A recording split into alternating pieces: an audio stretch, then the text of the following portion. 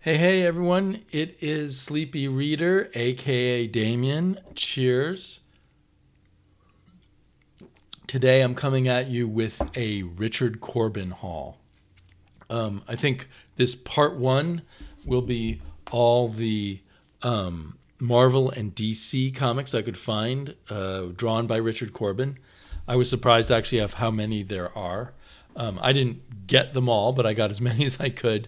I was kind of strongly moved when I heard about Corbin's death, and it alerted me to the fact that there were all these Corbin comics that I had always wanted to find, and I thought there were a smaller amount of Marvel and DC, and then I'll do a second half with the Fantagor self-published comics he's also did, I think starting in the 70s and going through the 80s. So, and I think his work for Marvel and DC, I'm guessing, was between about the year 2000 and 2011, 2012. He actually had at least one story in a New 52 comic, amazingly, from DC. I've unbagged all of them because I want to look at the interiors with you. Most of these I haven't looked inside of yet. I've been kind of saving them for the fun of doing it on a video. Plus, I've just been busy acquiring so many comics. But then I hope to actually sit down and read some of them too. So maybe I'll do a follow-up that way. I did want to mention that, completely not to do with Richard Corben, that I was on a podcast that came out just recently. It was a ton of fun. It was the Longbox review podcast. And Eric, who runs that podcast, is branching out and talking about Star Trek a lot. And at my request, he let me join him for a conversation about Star Trek Voyager. So I'll put the link down below to that episode. And in general, I recommend following his podcast, as he always has interesting things to say about comics, talks about his personal life too, here and there, and other interesting subjects like Star Trek. But comics are still his main focus. Okay, so we'll start off with Hellblazer, Hard Time, Part 1 of 5. I did not manage to get all 5. This came out in March of 2000. And he was working with the writer, Brian Azzarello, who he's done a number of other mainstream comics with. So I'll move my little camera around and see if we can get a better view of it. I'm gonna have to work harder at this this way of doing things. For some reason, the image here is, I don't know why this image is kind of shaky. My hand doesn't. Well, maybe my hand looks shaky too. I'm not sure what that's about. This camera down below, this one is a widescreen camera, so maybe that's part of the problem. It actually may be distorting things from the middle towards the edges of the screen. Anyway, here is Hellblazer, Hard Time, Part 1 of 5. I guess before I read this, I need to find all 5 issues. I could probably get the missing ones digitally, I suppose. From the little I've glanced through, because I haven't looked through all of these, when you quickly look, it's amazing. Even though Corben is always recognizable, he has a lot of different variations on his style. And this is a very, tighter, if you will, and then based on black lines, it strikes me as we look at it. There's his version of Constantine, I assume. So it looks, I hate the ads in the mainstream comics. It looks like it must be a pretty intense story, as all or most prison stories tend to be. So yeah, that's a glance at that issue, and then I've got 2 more of those. I've got Part 3 of 5. So that I don't think I would have recognized this cover as being by. No, it's not. It's by Tim Bradstreet. Yeah, I would not have thought that was a Corben cover. This is a Tim Bradstreet cover too. There is some similarities with Corben, but he is more obviously using photo references. But they both like these strong black lines and kind of a a dottiness. I don't know what to call it in their art. You know, where you have the black lines and then you have the little extra dots there. You see what I mean? Like along that guy's cheek. Starts with a dark line and goes to dots. And Bradstreet seems to do that too. So there's something kind of, I don't know, creepy and brutal about his style. Sometimes his style will have combine those things with kind of a cartooniness too. And the cartooniness here feels more downplayed to me, just at a glance. Nice coloring too for 2000, I think. I don't know if we get a colorist mentioned. Colorist is James Sinclair. Okay, and here is 4 of 5. Wait, what was that? 3. So I've got 1, 3, and 4. So just take a look in there. What have we got there? Ghosts or something. James Sinclair is the colorist, and then there's someone who does separations, which is the Digital Chameleon. So this is before the colorist was the same person who did the final work in Photoshop, I think. Anyway, pretty good effect on the color. There is that cartoony element there, I suppose. Cool stuff. And then next, this came out in November of 2004. It is Will Pfeiffer working with Richard Corben on the Swamp Thing. And I'm not sure if I got all the issues Richard Corben has drawn of the Swamp Thing, but they're not all contiguous. So there's a classic Richard Corben monster face, a Yeti in this case. And there's Corben's Swamp Thing. And there's a good view of Corben's Swamp Thing. Not really how I expected he would do the Swamp Thing. And this, I don't know, the line style here seems a little different to me. It's hard to put my finger on it. The coloring is a little slicker now. Probably now the colorists use digital fully in 2004, I think. Let's see. Martin Brecka is the colorist. I haven't heard of him, but he seems to do a good job here. Yeah, I really like I think I like the look of this even a little better than the Hellblazer. But they're both good. They're different. There's something different. It's hard for me to put my finger on entirely why they're different, and the colorist may be affecting it too. Whoa.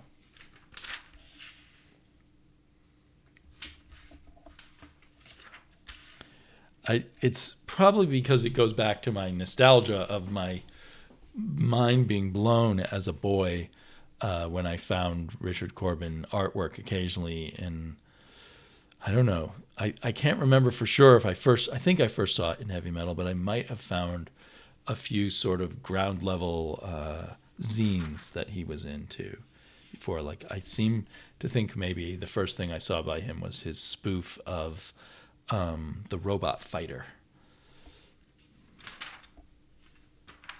But there's just something so distinct about his art so that was number 7 of this particular Swamp Thing.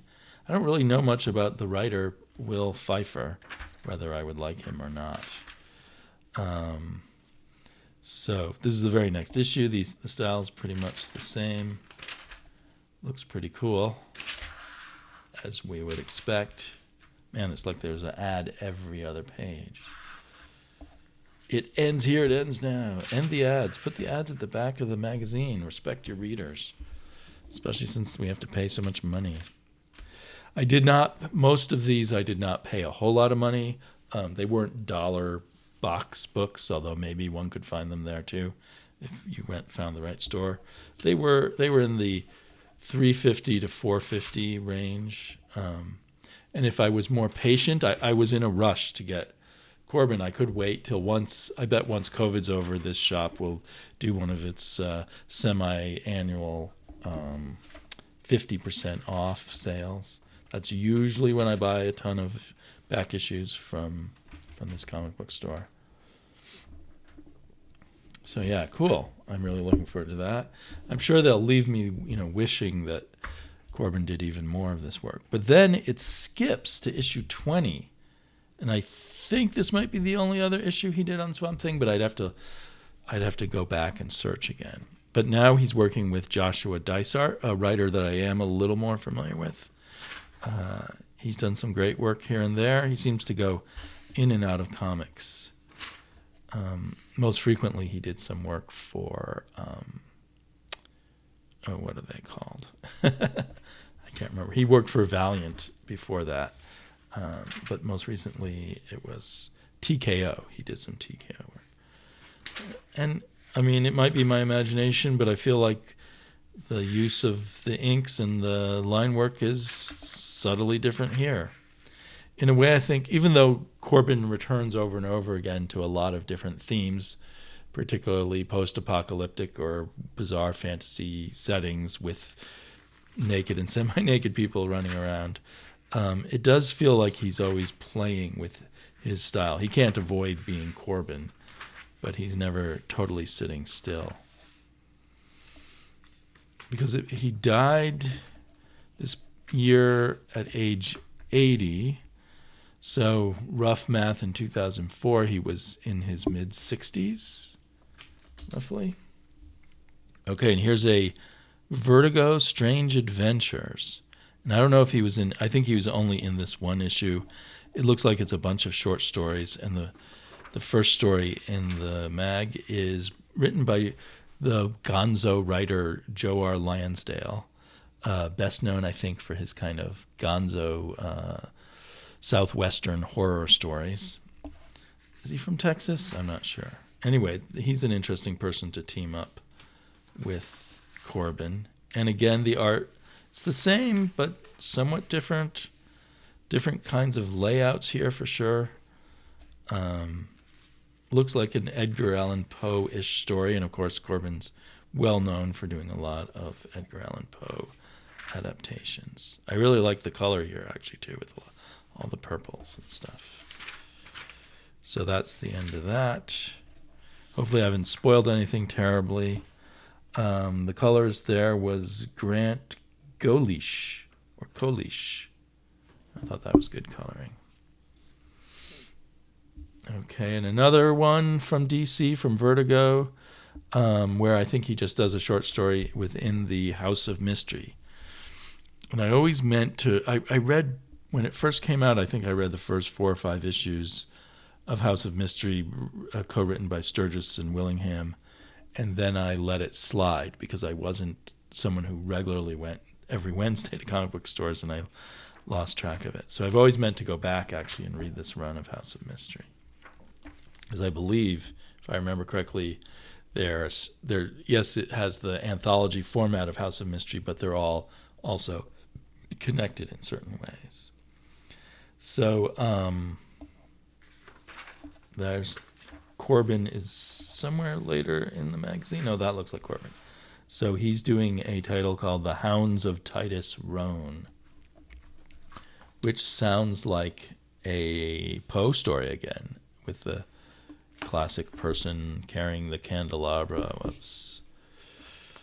Carrying the candelabra. Oh, there, I can show it there too.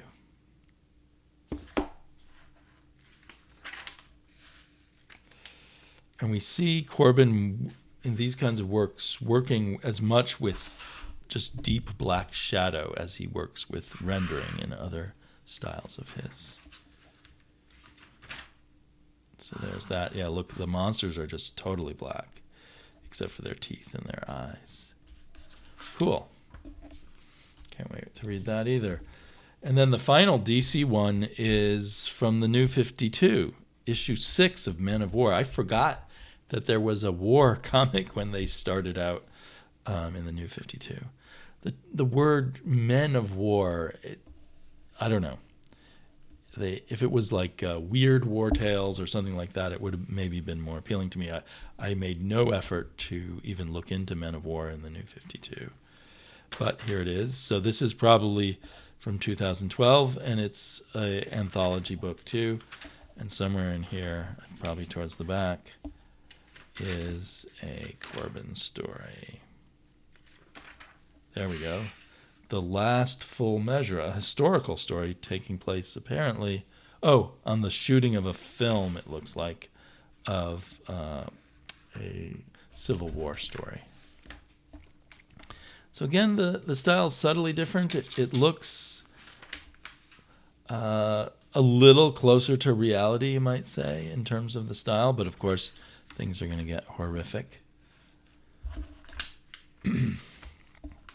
It looks like DC mostly had Corben pegged as a horror artist. There is somewhere out there a short story in some American Splendor, I think published by DC when they were publishing him, publishing Harvey Pekar, with a short story that is illustrated by Corben, but I haven't been able to find it yet.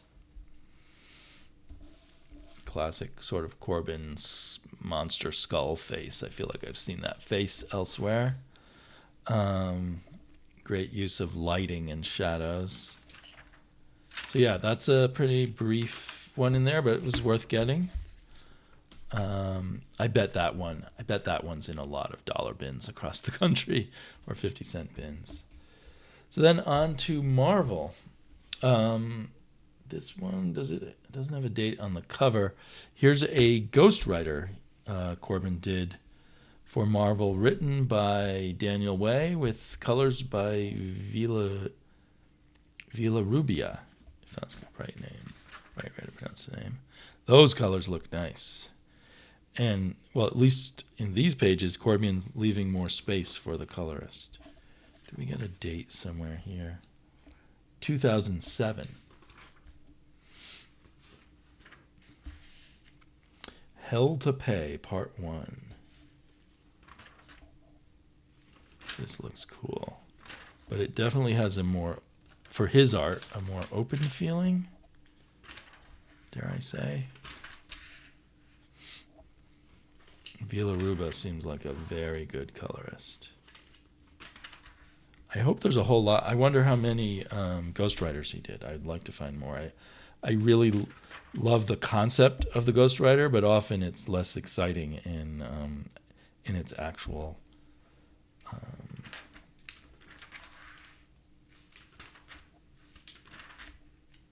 I can't think of the word. Late at night.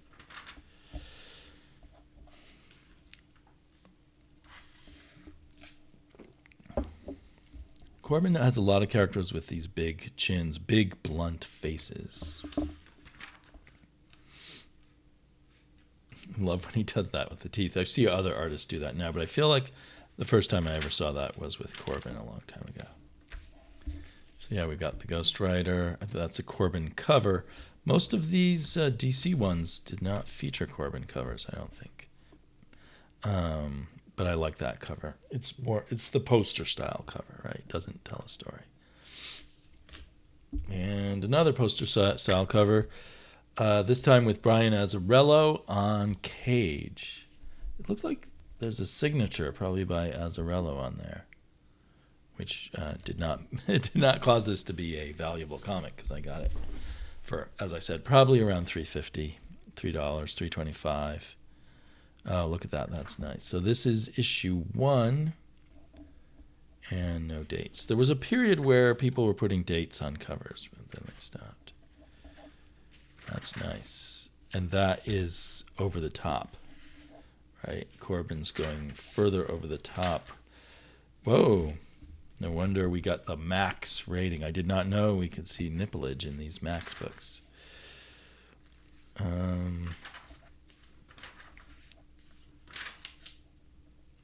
So this is less the horror, right? And more just kind of the, the brutal looking, anyway, kind of hero. So many ads. I apologize again. I wish I could just edit this and skip around so you don't see any ads, but that's not going to happen. Yeah, there's something, again, somewhat different about the style. Different colorist, of course, but also just The line work again seems to take a slightly different approach. And I got cage number 4. So I have at least 2 more cages to get. I don't know if cage number 4 is the end. That's a very interesting cover with a very odd perspective. I'm not sure what that red line means. Does that mean he's headed towards execution?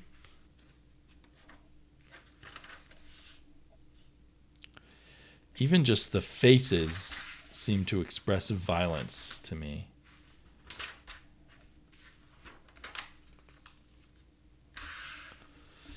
Everyone's kind of brutal, cutting up the meat. So it has, I guess, in a sense, a vibe that's similar to the horror vibe. Now we're a lot more deep shadow again. And I assume that Corben put in this stuff because it looks familiar from old Corben too, that kind of slightly shaky handwritten sound effect.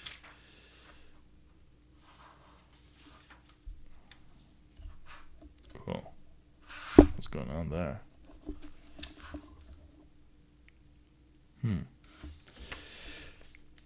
Okay, and then he continued to do even more Marvel work. And this one is, as far as I can tell, not Max. Startling Stories banner. Again, written by Brian Azzarello. I wonder if certain writers brought Corben in, or if the editors brought him in. I know that I forgot his name now. The guy who was the editor-in-chief of Marvel back in those days was big into bringing in interesting people into both, writers from Hollywood, but maybe bringing in interesting artists like Corben was also part of his work. Now this looks different again. Different. It's just a subtly different style. Colors by Studio F. That's weird. Studio F. Very dark. I feel like the colorist, given that Corben's work is so dark already, should have introduced some lighter colors for us to see the details here. I'm assuming this is supposed to be Dr. Samson. Boy, I'm really forgetting names. Yeah, the style looks different, but it's a little confusing. The coloring style is so different too. But I think I got the whole banner series. Did I? Here's number 2. Love these covers. I wonder if the covers were colored by someone else. These covers are intense, and all those helicopters.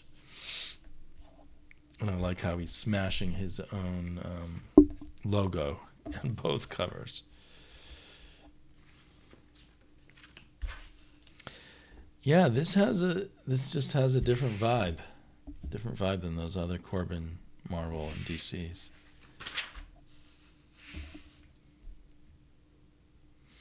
I do like that background color there. The coloring might be better in this issue for me. Look at that face. I wonder if Corben did that. Probably the letterer did that, but it has a bit of a Corben feel. I do like that kind of lettering. And this is a neat effect there. He's doing work for hire here, and it's not the full Corben. It's not colored by him or airbrushed by him. But it does feel like he's giving these Marvel jobs and DC jobs a lot of effort and thought and creativity.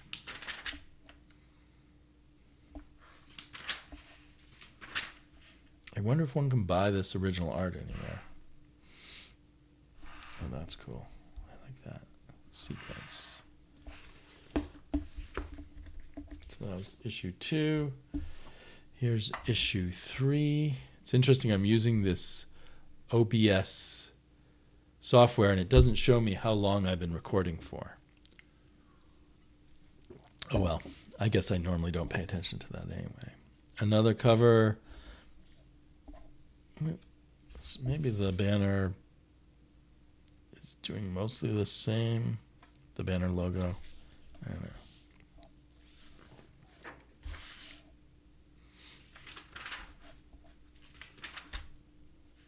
Back to some very dark colors.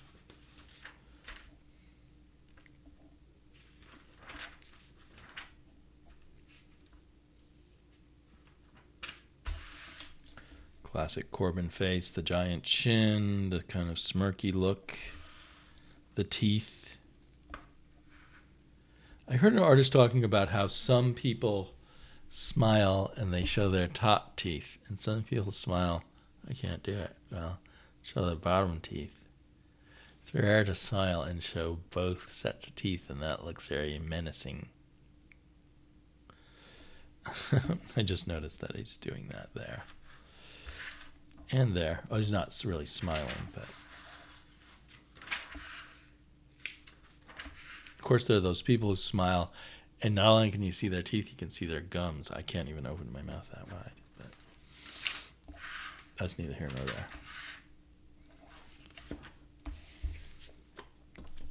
I'd say of the ones we've seen, although I'm definitely excited to have this banner one, I like the art in the banner one the least.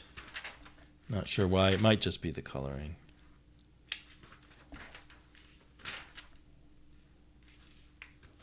A lot of faces. Talk, talk, talk. It's a Hulk comic, for God's sake. There should be more smashing, less talking. Okay. We're getting near the end. So all 4 of those banners. I think it's a 4-issue thing. Does it say? Yeah, 4 of 4. And then another 4-issue series he did was Star the Slayer. Now, was Star the Slayer the prototype Conan that Barry Smith and Roy Thomas did in one of the horror anthology comics a few years before or a year or two before they actually did their Conan adaptation at Marvel? Or is there some other character called Star the Slayer? I'm not sure. This looks like it's from 2008, and it's with Daniel Way also, who wrote the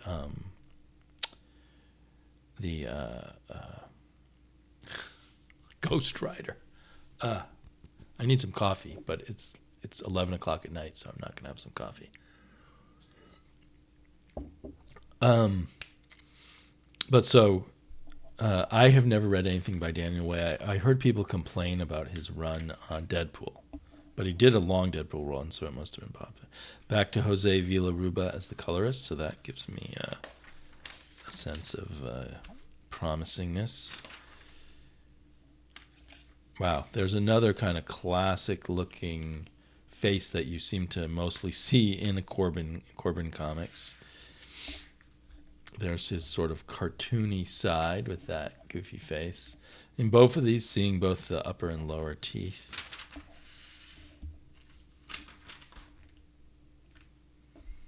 Is this... I'm just glancing at it without reading it. Is this because he wrote stories about Star the Slayer? All these women are throwing themselves at... Oh, and they use the F word here. Are we back in the... Yeah, we're in the Max ones. I think I've read a lot of Max comics. So here we are in the world of Star the Slayer. So this might be... So Corben briefly worked on portions of a Conan comic at Dark Horse, but it was all about Conan's father, not about Conan. I've always wanted to see some Conan continuity done by Corben. And here we have a blonde Conan-like character, so this might be fun, depending on whether Daniel Way is good at doing a Conan type of story. But it looks intense. A lot of smaller panels. Again, he slightly changes his approach, it seems like, for every comic. And we continue to play with the way that original Roy Thomas Barry Smith story was about the character Star the Slayer and about the author of the Star the Slayer stories in our present time. in that original story, Star the Slayer kills the author and then goes on to have more adventures rather than the author getting to kill off Star the Slayer, if I'm remembering correctly. Or is it the other way around? Does the author kill Star the Slayer? I don't know. Can't remember. I own that issue. It's somewhere in the boxes. And I think it's also in the Conan omnibus from Marvel. Great cover. Very Corben-esque.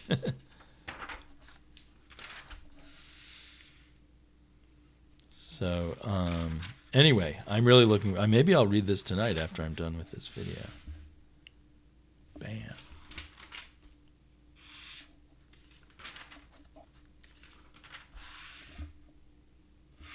Naked women. That's a Corben specialty. She's kind of more muscular than the average Corben woman. But we're not getting the full frontal here, even though it's Max. Looks a little disturbing, but that's that's what you expect from Corben too. Star the Slayer 3, nice cover again. Lots of the composition with all the arrows. That's very interesting to me.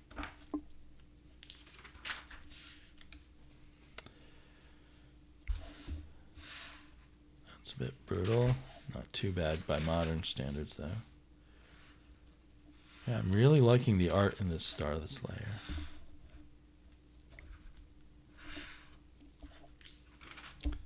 And while it's not at all like Barry Smith, I feel like there's something here in terms of the layouts and stuff.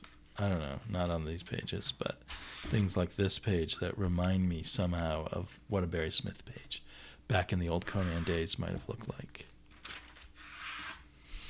I wonder if there's more interviews out there with Corben, like more wide-ranging. I read one in Heavy Metal recently, but it was mostly about Corben's work and what he's doing now. I'd love to know more about his influences and what he thinks about different comics and all of that.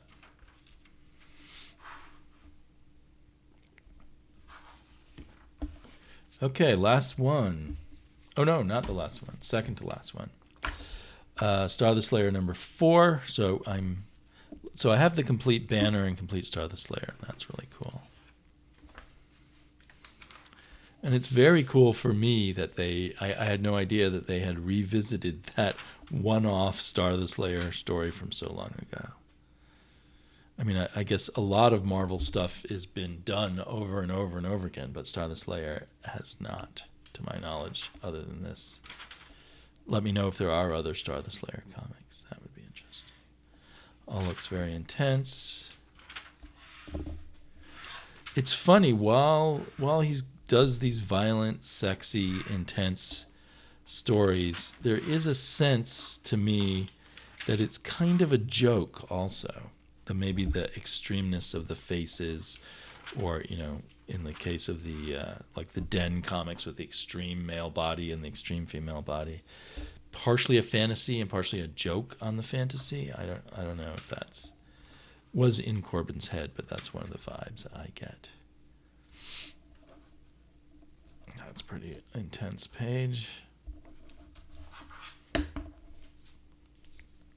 So the final one, is this a one-shot? I'm trying to see a number on this Punisher. Punisher the End by Garth Ennis and Corben. It is the first issue. If it's a series, you can see on the scanning code thing. This is from 2004. I can't immediately see. The paper feels thinner. And again, the art style seems a little restrained. Well, very restrained on that page. I always wondered, does the artist get... I assume the artist doesn't get paid for doing this page, but who knows? I've heard that letterers get paid even for pages with no lettering on them, which is an interesting concept. Yeah, it all seems subdued compared to some of this other stuff we've been looking at. which is interesting since it's the Punisher. A lot of faces and talking heads. That's interesting. That does not seem like a normal thing that Corben would do. I'm not sure if there's really much point in doing it as a double-page spread. Maybe when I read the story, it'll make more sense. I'm not too crazy about the coloring in here. It's just too monochromatic. It just gives a sense of being boring. There's not a whole lot of the Punisher shooting people, except this stuff, if that's even the Punisher. Interesting. Nice face there. Where are the credits? I cannot find the credits. I'm just curious who the colorist is. It's probably at the back. This looks like an extra long story, so I think it's a one-shot. The colorist is Lee Lowridge. I've often liked Lee Lowridge's colors, but that page there is pretty good. But somehow the colors seem dull in this issue.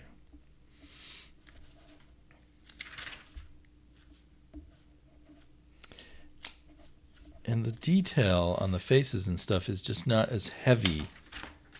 Not as many heavy lines and heavy shadows as I normally think of Corben. Was he just trying something different? Was he more in a rush doing this?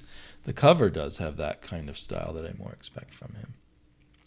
Well, thanks for joining me in my Corben obsession.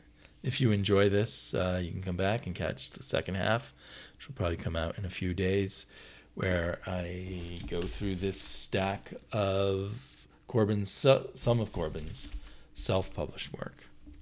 So thanks for joining me. You might also want to check out the podcast, Meanwhile at the Podcast, and my reveal. Talk to you all later. Bye-bye.